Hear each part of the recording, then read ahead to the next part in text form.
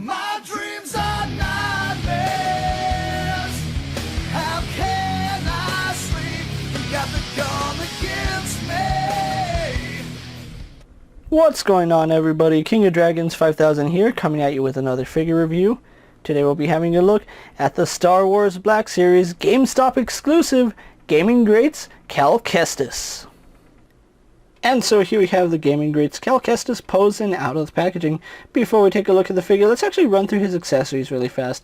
Cal Kestis does come with his lightsaber, which is the same lightsaber we saw with the original Jedi Fallen Order Cal Kestis, which looks really nice. Then we do get a double-sided lightsaber, which looks really nice. I do like it, and it does come with a green blade on both sides, and the blades are interchangeable. He also comes with two hood accessories. We do get a hood up variation, and then we also get a hood down variation. He also comes with BD1, which looks really nice. I do like the detailing on him. He comes with a little boggling, which is adorable. I do like the way it came out. And then finally, his last accessory is the Jedi Holocron, which the main game is focused around. Other than that, Cal Kestis doesn't really come with anything else. I don't know what more you would want to have him come with. Maybe different blade colors would be nice, because like I said, the blades are interchangeable, so that would be cool. But anyway, that's all for Cal Kestis. So what we're going to do now is take a closer look at the figure. And so here we have a closer look at the Gaming Greats Cal Kestis, and I really do like the way this figure came out. Now, if you are wondering, this figure is 95% reuse. There's only really one new part on this figure, and that's his overlay. Instead of getting his little vest that he had on, we do get a poncho, which it's very loose fitting, and I don't like the way it just rides around. It's kind of bulky and gets in the way of articulation, but at least they did give him something to differentiate him from the standard release. And I'm a fan of the way it looks. I'm just not a fan of the colors. They got probably the least entertaining colors that they could have gotten and made a figure out of that, which is very disappointing in my honest opinion. But anyway, having a look at the head, is the exact same head that we saw with the original Black Series Cal Kestis, which I had no problems with that face. That was a really nice face sculpt. Now, having a look at the figure, now that the game is out, we can notice that he is missing the scars on his face, which is a little bit unfortunate that they didn't include that, and the scars weren't even present on the original figure. If I had to choose between the two heads, I think the new head looks so much better than the old one. It might be because on mine the eyes were a little bit mismatched, but yeah, for some reason I like the face on this one a little bit more. I might be inclined to head swap it over to this figure because I like this design a little bit better, but overall still like the way he looks. So like I said, he is 95% the exact same figure, with the exception of the poncho, which again, not very flattering. It is kind of bulky, gets everywhere, but I do like the design on it. They did continue his holster, or his bandolier right here, which looks really good. It actually looks like worn leather. It's not painted like worn leather, but it does look like it, and a little bit of dry brushing would bring out the detailing on it a little bit more. You can see it goes around his arm right here, and of course right there. He also does come with what appears to be a little notch, and I'm wondering what that notch is for, because none of his lightsabers have a notch that can go in there, and neither does the holocron, and none of his accessories actually have a notch that fits there. So I'm wondering, did he intend to come with something else that we can plug in back there? Because, hold on, let me see something. Oh, that's why he has a little notch. Okay, that makes more sense. It's a little notch for BD1 to actually stand on, so that's a nice little homage. I do like that. So anyway, having a look at the colors, like I said, I'm a fan of the design. Don't get me wrong. Even though this is a hard, soft rubber and does get in the way of articulation, I do like the overall design of this figure. I'm not a fan of the colors, and like I said, they chose the most uninspired colors that they can wear, and they made a figure out of it, which not a fan of this orange jumpsuit prisoner look.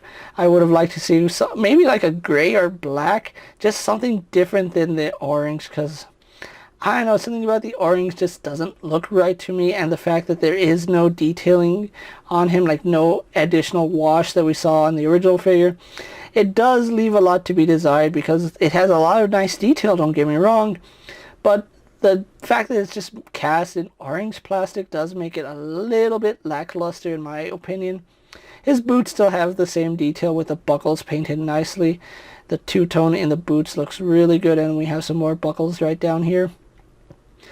So yeah, overall, I really do like the figure. I'm not a fan of the color. The color could have been done better, and unfortunately, because he doesn't have the same vest, this part doesn't really go into anything. The original figure, you just slid this up into the vest and it hit itself. It's kind of the same concept here, but you don't really see it, so it's superfluous at this point. But anyway, that's Cal Kestis' detail for you guys. It's a really solid figure. Just, again, not a fan of the colors. So with that out of the way, guys, let's actually take a closer look at how Cal Kestis compares to other figures you may have in your collection. And so here we have Cal Kestis posed next to a Marvel Legends Cyclops and a DC Multiverse Superman. Here we have Cal Kestis posed next to a WWE Elite Scale figure and a Mezco 1/12 Collective Popeye the Sailor Man. Here we have Cal Kestis posed next to a Lightning Collection White Ranger and a Star Wars Black Series Mandalorian. And for one final comparison, here we do have the Gaming Greats Cal Kestis posed next to the Black Series Second Sister Inquisitor and the original Cal Kestis. So with the comparisons out of the way, let's actually have a look at Cal Kestis' articulation. Now, he does have the standard Black Series articulation before they started with the new boxes, so he does have a double ball joint here in the head, which he can look up and down really nicely. I do like that. We do get some slight head tilt, so that works good, and then he does have left and right rotation. He also does have a second ball joint here at the neck, which does let him look up a little bit better. He can look down a little bit more with that neck articulation, and he does have better head tilt when you use the neck articulation as well. He does have butterfly joints in the shoulder, so they do move forward and back. You really can't see it too well, but he does have a butterfly joint, which the arm does move forward and back. Arms do go out to the side all the way, no problem, even with the poncho on.